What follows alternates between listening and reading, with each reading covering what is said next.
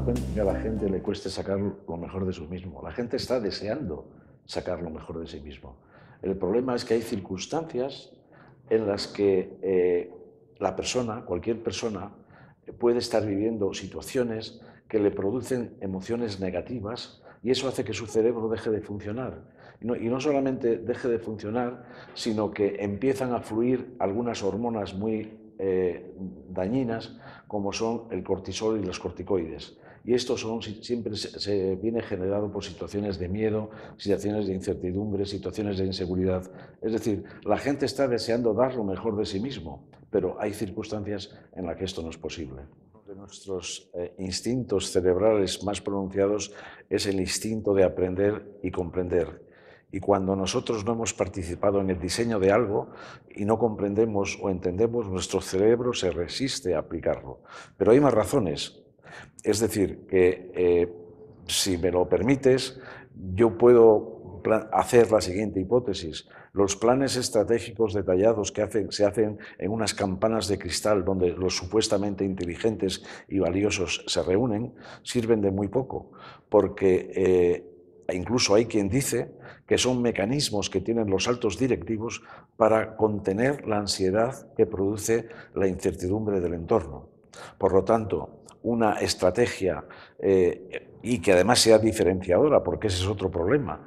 Yo recuerdo oír a Gary Hamel, que fue profesor mío en Londres, decirnos un día en clase: ¿sabéis por qué converge la estrategia de las grandes compañías?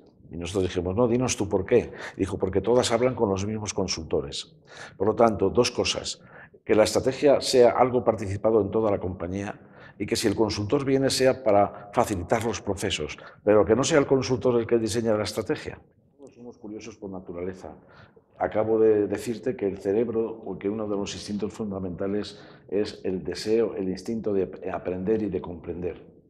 Cuando la curiosidad no se desarrolla, es porque está actuando en nosotros una emoción negativa, la ira, el miedo, la vergüenza, la culpa. Y esas cosas pasan en las organizaciones mucho. Y claro, cuando esas emociones negativas invaden a nuestro cerebro, no existe espacio para la curiosidad. Pero si fuéramos capaces de crear entornos donde no hubiera miedo, donde no hubiera culpa, donde no hubiera ira, sería mucho más fácil que la creatividad surgiera, porque como tú acabas de decir muy bien, la creatividad es inherente al ser humano, pero no solamente al ser humano, sino es inherente incluso a los primates no humanos e incluso a muchas otras especies, como algunos tipos de aves. En escasa o ninguna medida. Es decir, que es evidente que todos traemos nuestras emociones al trabajo, es evidente que el trabajo también es un lugar donde se producen emociones y las emociones son elementos de supervivencia, unas, y otras son elementos de desarrollo y de creatividad. Pero fíjate que hay 5 emociones que nos defienden y solo 3 que nos dan creatividad, progreso y desarrollo.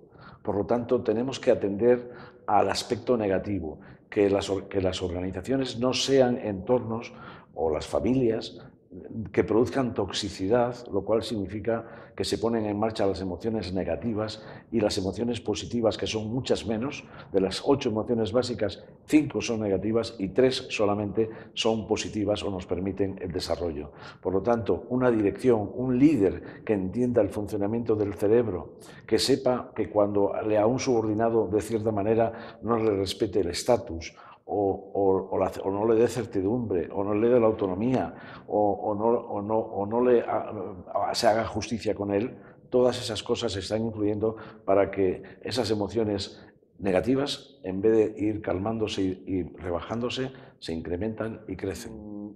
De todas maneras, antes hemos hablado de positivas y negativas y yo te sugiero que eliminemos el concepto de positividad o negatividad, porque las 8 son necesarias para nuestra vida. Por lo tanto, no hablemos de negativas, digamos emociones que nos defienden y emociones que nos hacen progresar o avanzar. Las que nos defienden está el miedo, la ira, el asco, la rabia y la vergüenza. Y las 3 positivas, y fíjate, e insisto en ello, que tenemos 5 que nos defienden frente a 3 que nos potencian, lo cual indica cómo nuestro cerebro está preparado, sobre todo, para la supervivencia. Las 3 son el susto, la sorpresa, mejor dicho, la alegría y el disfrute. Independientemente de lo que llamemos personal branding, la marca personal, etcétera, lo que yo creo que sí que tenemos que tener en cuenta es que tenemos todos la obligación de descubrir y practicar cómo nos hacemos imprescindibles, porque va a haber, desgraciadamente, mucha gente prescindible. Por lo tanto, en las organizaciones, y yo entiendo que el personal branding o la marca personal, yo la entiendo como buscar no solamente en el exterior, que sería la marca, sino en la parte nuestra interior, cómo podemos añadir valor a las organizaciones para las que trabajamos de una manera única y diferenciada.